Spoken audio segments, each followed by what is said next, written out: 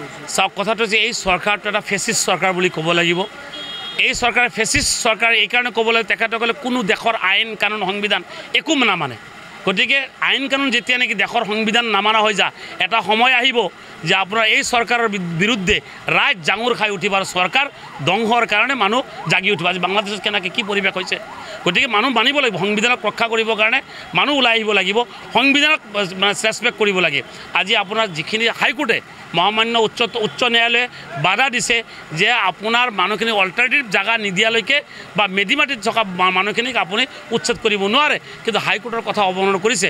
গতিকে হাইকোৰ্টে ইয়াৰ ওপৰত বিচাৰ কৰিব, সুপ্ৰিম কোৰ্টে এই চৰকাৰৰ এগেইনষ্টত আপোনাৰ ষ্টেপ ল'ব লাগিব। আৰু ইয়াৰ কাৰণে আমি মহামান্য ৰাষ্ট্ৰপতিলৈ আমি স্মাৰক পত্ৰ প্ৰদান কৰাৰ কাৰণে মৌলানা বদৰুদ্দিন আজমল চাহাবে জমিয়তৰ মাৰফত তেখেতে গৈ আছে। আৰু এই চৰকাৰৰ আপোনাৰ মুখ্যমন্ত্ৰীক বৰখাস্ত কৰাৰ কাৰণে আমাৰ জমিয়তে দাবী জনাইছে। গতিকে আপুনি ল'ব, সংবিধান যেতিয়া ভায়োলেশ্যন কৰিব তেতিয়া তেখেতে সাংবিধানিক পদ লৈ থাকিব নোৱাৰে। ইয়াৰ কাৰণে আমি ফাইট কৰিম, সুপ্ৰিম কোৰ্টলৈ যাম। চাওক কথাটো যে এই চৰকাৰটো এটা ফেচিষ্ট চৰকাৰ বুলি ক'ব লাগিব। এই চৰকাৰে ফেচিষ্ট চৰকাৰ এই কাৰণে ক'বলৈ তেখেতসকলে কোনো দেশৰ আইন কানুন সংবিধান একো নামানে।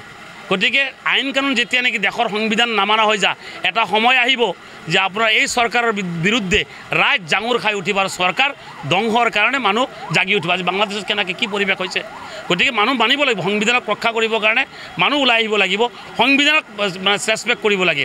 আজি আপোনাৰ যিখিনি হাইকোৰ্টে মহামান্য উচ্চ ন্যায়ালয়ে বাধা দিছে যে আপোনাৰ মানুহখিনি অল্টাৰনেটিভ জাগা নিদিয়ালৈকে বা মেডিমাটিত থকা মানুহখিনিক আপুনি উচ্ছেদ কৰিব নোৱাৰে, কিন্তু হাইকোৰ্টৰ কথা অৱমাননা কৰিছে। গতিকে হাইকোৰ্টে ইয়াৰ ওপৰত বিচাৰ কৰিব, সুপ্ৰিম কোৰ্টে এই চৰকাৰৰ এগেইনষ্টত আপোনাৰ ষ্টেপ ল'ব লাগিব। আৰু ইয়াৰ কাৰণে আমি মহামান্য ৰাষ্ট্ৰপতিলৈ আমি স্মাৰক পত্ৰ প্ৰদান কৰাৰ কাৰণে মৌলানা বদৰুদ্দিন আজমল চাহাবে জমিয়তৰ মাৰফত তেখেতে গৈ আছে। আৰু এই চৰকাৰৰ আপোনাৰ মুখ্যমন্ত্ৰীক বৰখাস্ত কৰাৰ কাৰণে আমাৰ জমিয়তে দাবী জনাইছে। গতিকে আপুনি ল'ব, সংবিধান যেতিয়া ভায়োলেশ্যন কৰিব তেতিয়া তেখেতে সাংবিধানিক পদ লৈ থাকিব নোৱাৰে। ইয়াৰ কাৰণে আমি ফাইট কৰিম, সুপ্ৰিম কোৰ্টলৈ যাম। চাওক কথাটো যে এই চৰকাৰটো এটা ফেচিষ্ট চৰকাৰ বুলি ক'ব লাগিব।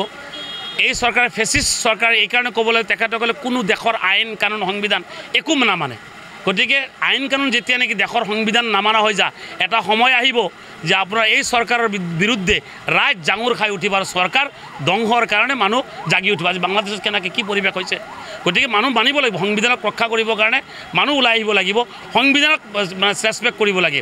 আজি আপোনাৰ যিখিনি হাইকোৰ্টে মহামান্য উচ্চ ন্যায়ালয়ে বাধা দিছে যে আপোনাৰ মানুহখিনি অল্টাৰনেটিভ জাগা নিদিয়ালৈকে বা মেডিমাটিত থকা মানুহখিনিক আপুনি উচ্ছেদ কৰিব নোৱাৰে, কিন্তু হাইকোৰ্টৰ কথা অৱমাননা কৰিছে।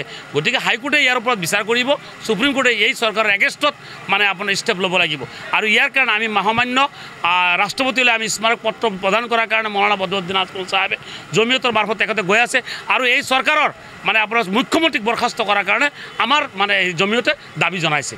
গতিকে আপুনি ল'ব, সংবিধান যেতিয়া ভায়োলেশ্যন কৰিব তেতিয়া তেখেতে সাংবিধানিক পদ লৈ থাকিব নোৱাৰে। ইয়াৰ কাৰণে আমি ফাইট কৰিম, সুপ্ৰিম কোৰ্টলৈ যাম।